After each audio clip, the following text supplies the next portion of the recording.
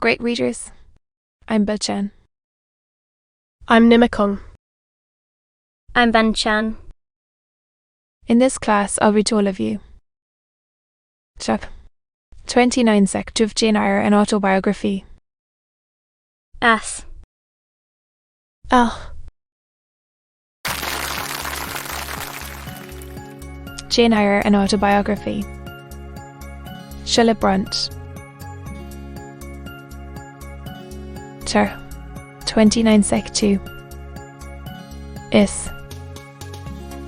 She opened her eyes wide. Whatever cannot ye keep yourself for? I have kept myself. And then I dressed. Shall keep myself again. What are you going to do with these gooseberries? I inquired, as she brought out a basket of the fruit. But I must do something. She consented, and she even brought me a clean towel to spread over my dress. Thus, as she said, he has not been used to servant's work. I see by your hands, she remarked. You are wrong. And now, never mind what I have been.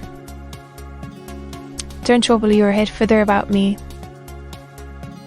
Some calls it merchant, and the gentleman who lives here is called Mr. Str. He doesn't live here. He is only staying a while. When he is at home, that village a few miles off. I remembered the answer of the old housekeeper at the parsonage, when I had asked to see the clergyman. Then old Mr. Rivers lived here, and his father and grandfather. The name then of that gentleman is Mr. Str.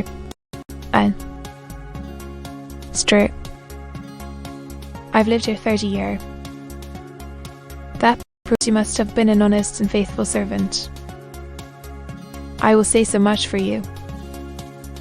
She again regarded me with a surprised stare. I believe, she said, I was quite mistaken in my thoughts of you. But there is so many cheats goes about. And though I continued, rather severely, you wish to turn me from the door. Well, it was hard. But what can anybody do? I thought more of children or of Meisel. Poor things. They've like nobody to take care on 'em but me. I maintained a grave silence for some minutes. You might not think too hardly of me, she again remarked. But I do think hardly of you, I said. And I'll tell you ain't so much because you refused to give me shelter, or regarded me as an impostor. Brass and no house. Some of the best people that ever lived have been as destitute as I am. And if you are a Christian, no more I ought to say, she. Wistu. Straight. John tells me so too. What I had. That will joy forgive you now. She put her foray and horny hand into mine. Another and heartier smile illumined her face. And from that moment we were friends. Hannah was evidently fond of talking, while I picked the fruit, and she made the paste for the pies. She proceeded to give me some details about her deceased master and mistress, and the children, as she called the young people. Old Mr. Revels, she said, was a plain man enough, but a gentleman, and of as ancient a family as could be found. had belonged to the Rivers ever since it was a house. And it was. She affirmed. A boon 200-year-old for all it looked but a small. Humble place. Not to compare why Mr. Oliver's grand hall down Mortonville.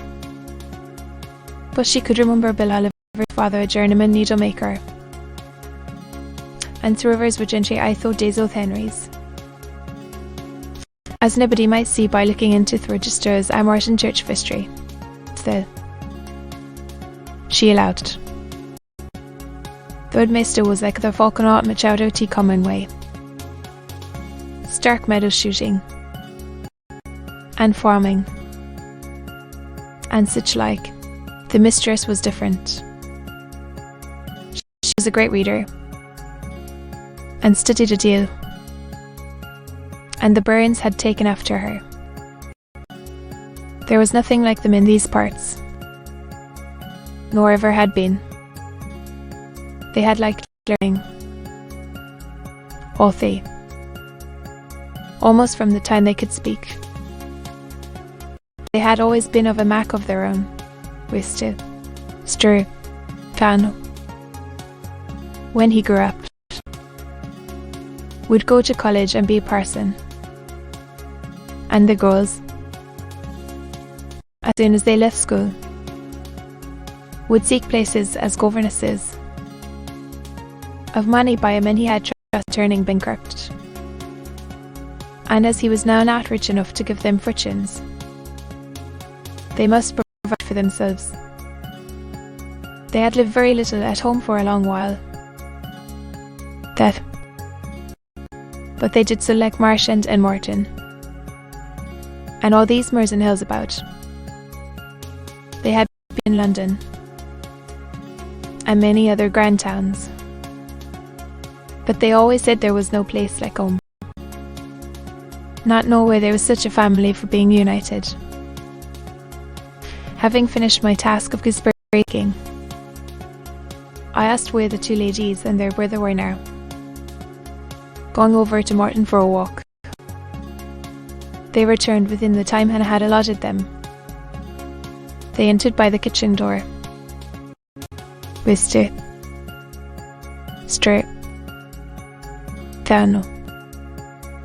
When he saw me, merely bowed and passed through. The two ladies stopped. May. In a few words. Able to come down. Diana took my hand. She shook her head at me. You should have waited for my leave to descend, she said. You still look very pilly and so thin. Diana had a voice changed. To my ear. Like the cooing of a dove. She possessed eyes whose gaze I delighted to encounter. Her whole face seemed to me full of charm. Mary's countenance was equally intelligent, her features equally pretty. But her expression was more reserved.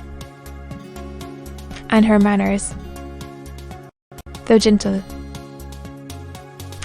more distant. Diana looked and spoke with a certain authority.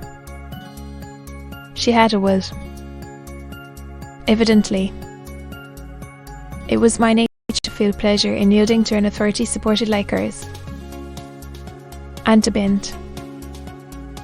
Where my conscience and self-respect permitted. To an active will. And what business have you here? She continued. It is not your place. To be continued.